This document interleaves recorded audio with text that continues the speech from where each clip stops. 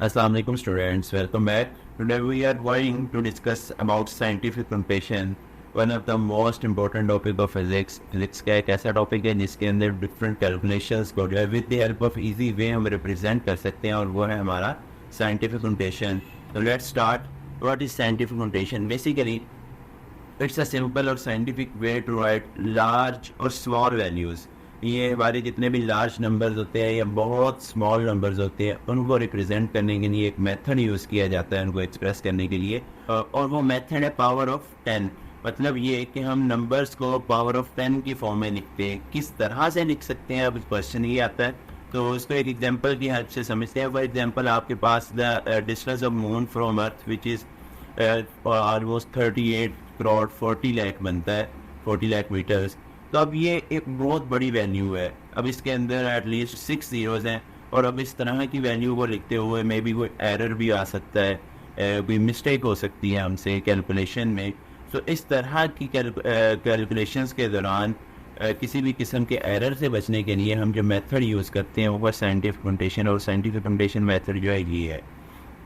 जिस तरह से मैंने ये लिखा है 3.84 multiply 10 to the power 8 metre. अब ये इसको मैंने लिखा किस तरह से है, ये हम किस तरह से लिख सकते हैं, तो इसी चीज़ को समझने के लिए हम डिफरेंट क्वेश्चंस को सॉल्व करेंगे और साइंटिफिक कंप्यूटेशन को देखते हैं. कि साइंटिफिक कंप्यूटेशन है क्या, इसकी जनरल जो डेफिनेशन है उसके ज़रिए इसको सॉल्व करके और इसके क्वेश्चंस की हेल्प से इसको कंप्लीट करेंगे. In scientific computation, a number is expressed as some power of 10 multiplied by a number between 1 and 10. अब इस डेफिनेशन को मैं आपको इस एग्जांपल की हेल्प से समझाऊंगा. ये बेसिकली होती है, आपकी बुक से मैंने कुछ एग्जांपल्स लिए हैं जिस तरह 380 किलोमीटर. अब ये हमारे पास डिस्टेंस है. अगर हम इसको साइंटिफिक कंप्यूटेशन में लिखना चाहें, अब पहली बात आपको जो माइंड में रखनी है, जो समझनी है, इसमें डेसिमल फ्रैक्शन का मोस्ट इंपॉर्टेंट रोल है. Decimal fraction as you know कि हम पॉइंट को कहते हैं, जिस तरह डिफरेंट वैल्यूज होती हैं 380.01.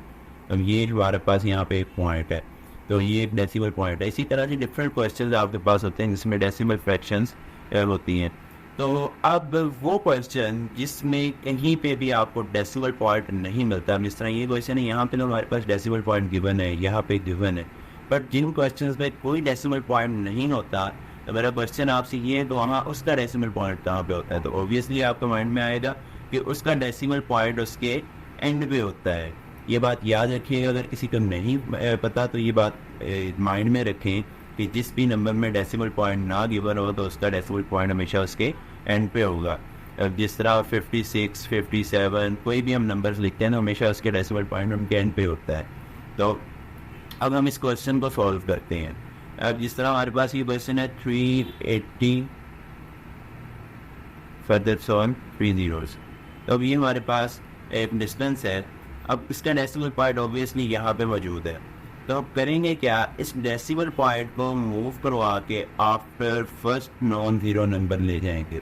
मतलब कोई भी नंबर होगा उसमें जहाँ पे भी डेसिमल पॉइंट होगा हम उसको मूव करवा के after first non zero number रखेंगे. तो अब इसको ऑब्वियसली ये आ जाएगा 3.8 मल्टीप्लाई 10 to the power. अब ये पावर कितनी आएगी क्वेश्चन, ये वाला पार्ट तो होपफुली आपको समझ आ चुका होगा कि ये 3.8 कैसे बना. इस पॉइंट को मैंने यहाँ से मूव करवा के यहाँ ले आया हूँ.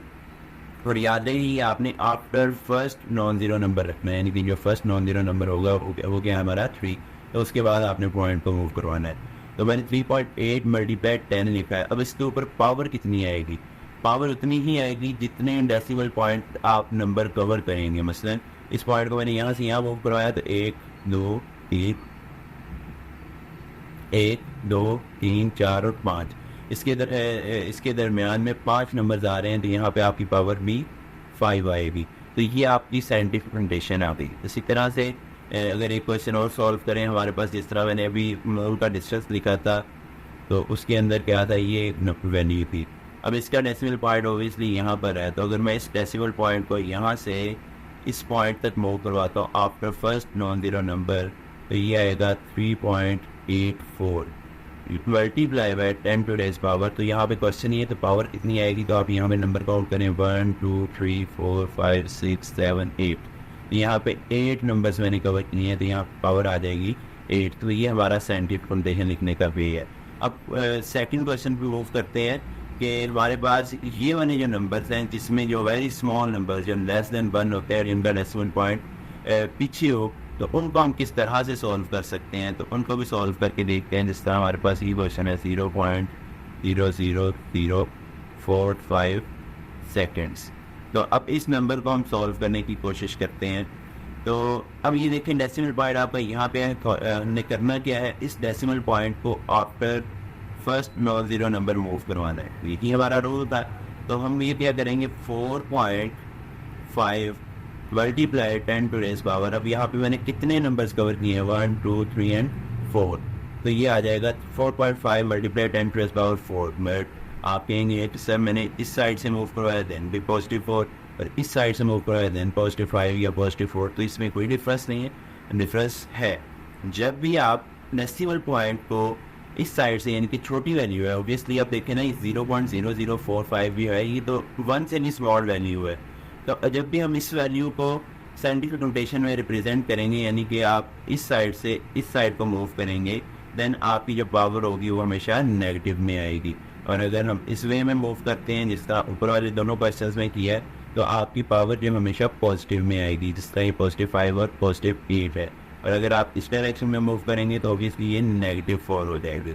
अब इसी तरह से एक क्वेश्चन और सॉल्व करते हैं। ये 0 पॉइंट, आप देखें इसमें कितने ज़ीरोज़ हैं, 1 2 3 4 5 6 7 8 ज़ीरो है, और आफ्टर 1 हमने रखना है तो ये 9 डिजिट्स आ जाएंगे। यानी इस पॉइंट को मैंने यहाँ से मूव करवा के यहाँ पे लेके आना है, तो इसके दरमियान कितने डिजिट्स कवर हो रहे हैं 9। तो मैं इसको साइंटिफिक नोटेशन में यूँ लिख सकता हूँ 1.6 मल्टीप्लाई 10 टू रेज़ पावर -9 ग्राम। तो ये मैंने इसके साथ यूनिट लिखा है। अब ये 10 टू रेज़ पावर -9 कैसे आया, ये नंबर यानी इस डेसिमल पॉइंट को मैंने यहाँ से यहाँ तक मूव करवाया, तो जितने इसने नंबर्स कवर किए हैं वह उतना उसके ऊपर वैल्यू लिख दूँगा। तो ये हमारी साइंटिफिक नोटेशन थी। अब चलते हैं standard form of scientific notation की, वो क्या होती है। बेसिकली हमें अभी जितने भी क्वेश्चन सॉल्व किए हैं ये देखें 62, अब ये एक एग्जांपल है। ऑब्वियसली हमारा डेसिमल पॉइंट यहाँ पे पड़ा हुआ है, तो मैं जब मूव करवाता हूँ तो मैं फर्स्ट नॉन ज़ीरो नंबर के बाद मूव करवाता हूँ। तो क्वेश्चन ये आता है सर ये ज़रूरी है कि हम फर्स्ट नॉन ज़ीरो नंबर के बाद ही रखेंगे, क्या आप इसको यूँ नहीं लिख सकते हैं 62.75 मल्टीप्लाई 10 टू रेज़ पावर 3। कि देखिए मैंने यहाँ से इसको इधर मूव करवाने की बजाय यहाँ पे मूव करवा दिया, तो क्या ये साइंटिफिक नोटेशन नहीं है? क्वेश्चन तो आता है। बेटा याद रखें कि ये भी साइंटिफिक नोटेशन का एक मेथड है, बट जो हमारी standard form of scientific notation है उसके अंदर हम हमेशा अपने डेसिमल पॉइंट को after first non zero number भी रखेंगे, उसकी जगह ही दिया, उस नोटेशन को हम यूँ लिखेंगे, और उस नोटेशन को हम यूँ लिखेंगे 6.275 मल्टीप्लाई 10 टू रेज़ पावर 4। तो ये हमारी जो है ये स्टैंडर्ड फॉर्म है। बाकी जो होंगी, चाहे हम डेसिमल पॉइंट को यहाँ रखें कहीं पे भी ले जाए, वो हमारी स्टैंडर्ड फॉर्म ही होगी, और वो जस्ट हमारी साइंटिफिक कंडीशन है। बट हमारी जो स्टैंडर्ड फॉर्म है उसके लिए कंडीशन ये है कि आपका जो पॉइंट है वो after first non decimal point ही आना चाहिए। तो होप सो आपको यहाँ तक क्वेश्चंस क्लियर हो चुके होंगे। आप लोग कुछ क्वेश्चंस खुद से सॉल्व करें, आपकी एक्सरसाइज में डिफरेंट क्वेश्चंस गिवन है, आप 0.0057 को सॉल्व करके इसका आंसर कमेंट सेशन में लाजमी बताइएगा। इस तरह के डिफरेंट क्वेश्चंस की प्रैक्टिस करें। किसी भी किस्म का क्वेश्चन हो तो आप कमेंट सेशन में पूछ सकते हैं। वीडियो को शेयर और लाइक करना मत भूलिएगा, और चैनल को सब्सक्राइब करना भी मत भूलिएगा। Thank you very much. Allah हाफिज़।